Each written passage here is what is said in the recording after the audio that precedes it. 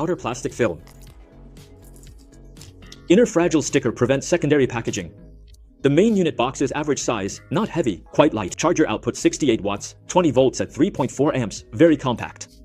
There's a dual USB-C data cables, really nice. The high gloss material and color blocking design make it look refined. Compared to Apple's Apple Pencil, it's a bit shorter.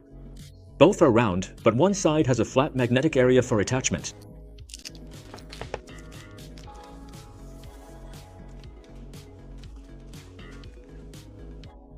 The familiar size and proportions mean bigger hands can hold it one-handed.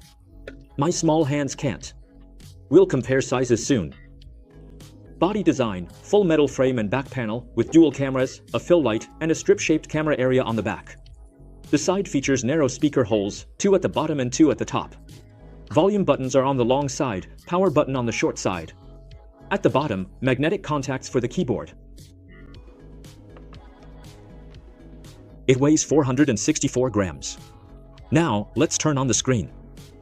The camera is centered on the long side, so it's clearly more recommended to use it in landscape mode. The processor is the 3rd generation Snapdragon 8 mobile platform, which is very powerful among tablets. The refresh rates are 60 and 144 Hz, and with this processor, playing mainstream games at high frame rates is no problem. Under a microscope, you can see the RGB arrangement of the screen. The 3D dynamic audio is impressive.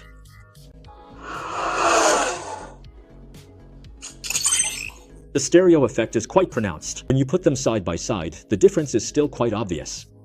With the same light-colored background, one side looks more elongated and has a narrower bezel, while the other is more square but with a wider bezel. I wonder which visual style you prefer. Next, let's compare the bezels of the 12.9-inch iPad Air large-size version. It feels like the bezels have been further narrowed, but the Xiaoxin's bezels are still a bit slimmer. When you place the two iPad Airs together, the comparison becomes even clearer. Finally, we have the most powerful iPad Pro 12.9-inch. Comparing them like this, it still feels like this side is just a bit narrower. Honestly, tablets in China are really competitive these days.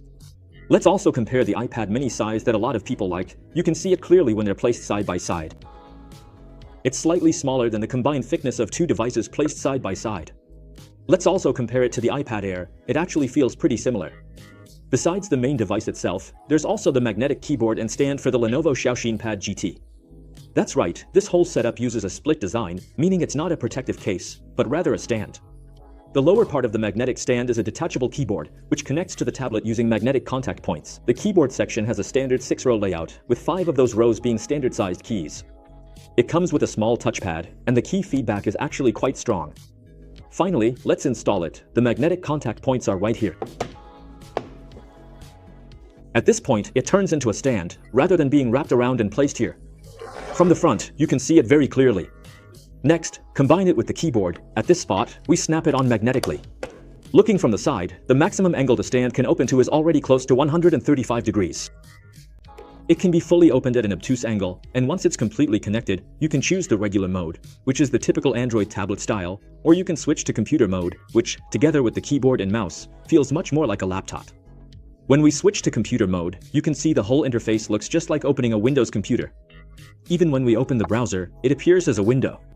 The system mainly focuses on AA, so on many web pages, we can use 2 fingers to tap directly on the screen.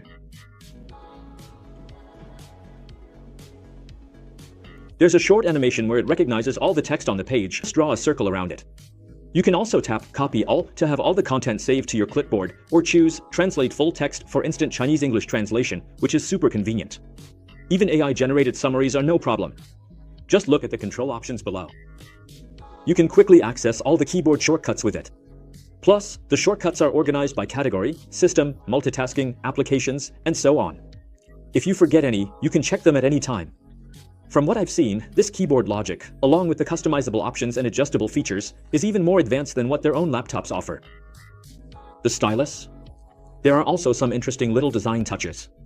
With a regular stylus, we just write as usual, nothing special. But this time, the Xiaoxin stylus has added haptic feedback and sound feedback. Let's put it here so everyone can listen.